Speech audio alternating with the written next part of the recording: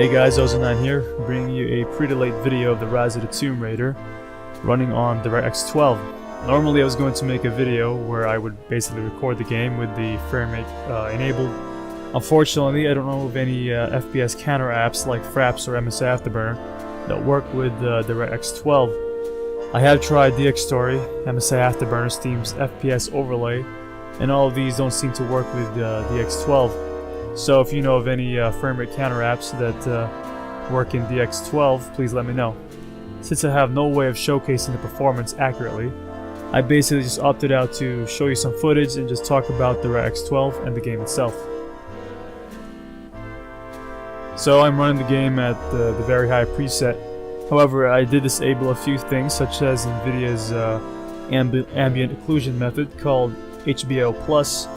I also disabled motion blur, film grain, and vignette blur. The resolution is at 1080p or 1920 by 1080. And of course we are running the game at DirectX 12. Keep in mind that I haven't exactly tried DirectX 11 yet, and I don't basically plan on trying it out, because you know, it fucking sucks. As for system requirements, or system specs, they're in the description below, so please just check it out and take a look at it. Now, for all of my, loyal subscribers out there, y'all are probably aware of my growing hatred for DX11 and for my aging A350. My A350 absolutely runs horribly in games that run on DX11. In DX11, the A350 just gets choked by all of the CPU overhead that is created by the API. However, in DX12, the A350 is completely revitalized.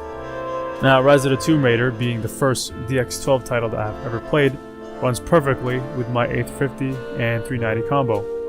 Now, it is important that I express the fact that Rise of the Tomb Raider has recently been patched to support asynchronous compute.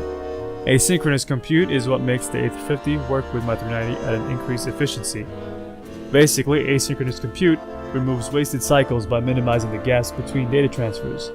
Ultimately, it increases performance by a large margin. With DX12, an A350 will no longer bottleneck at 390. The Rise of the Tomb Raider is a sort of pretty and not so pretty game. It looks pretty good, not all that amazing, but it's pretty decent, you know, in terms of looks.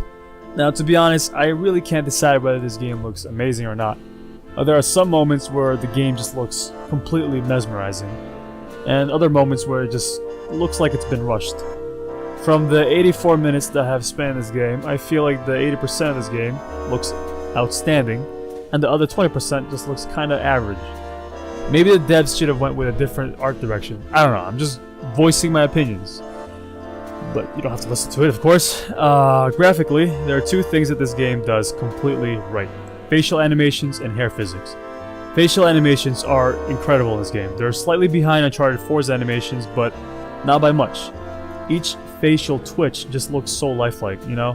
Which makes watching cutscenes a lot less shitty. As in addition to lifelike facial animations, the pure hair option, or setting, basically renders realistic hair physics onto Lara's head. Now, to be honest, I have never seen hair physics that were this good. In the first Tomb Raider game from 2013, it had really shitty pure hair effects. It looked kind of overdone. Now, what's even cooler is that pure hair doesn't seem to bog down my frame rate by much, which is quite surprising. As for the gameplay, it's pretty good. It's comfortable on the mouse and keyboard and doesn't really feel clunky, unlike most third-person games. It's a very snappy game and I really enjoy it. Now, of course, it being snappy also causes animations to basically look very weird due to fast mouse movements and fast keyboard presses. But I'd rather have it look weird than feel clunky. Now, of course, just like the first game, the game doesn't allow you to toggle aim, which kinda sucks. I mean, it's not all that bad, but, you know, it's kind of uncomfortable for me in some moments. But I'll get used to it.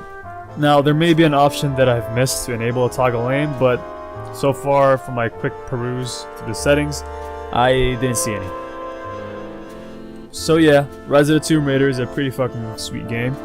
You got DX12 enabled, bringing out that crazy performance boosts. The game has great facial animations, great mouse and keyboard controls, and of course, it has Lara Croft. Of course. Anywho, I hope you enjoyed this video. Before I go, I would like to basically say that I'm incredibly busy because of my current job. By the way, I work at Micro Center, so yeah, there you go. Working full-time is a bitch, but hey, I gotta do what I gotta do. So make sure to have a great day and enjoy your lives to the fullest. This is Ozo9 saying goodbye, and I'll see you in the next video, which would maybe, hopefully be in 3 days, not a week later. Alright guys, see ya.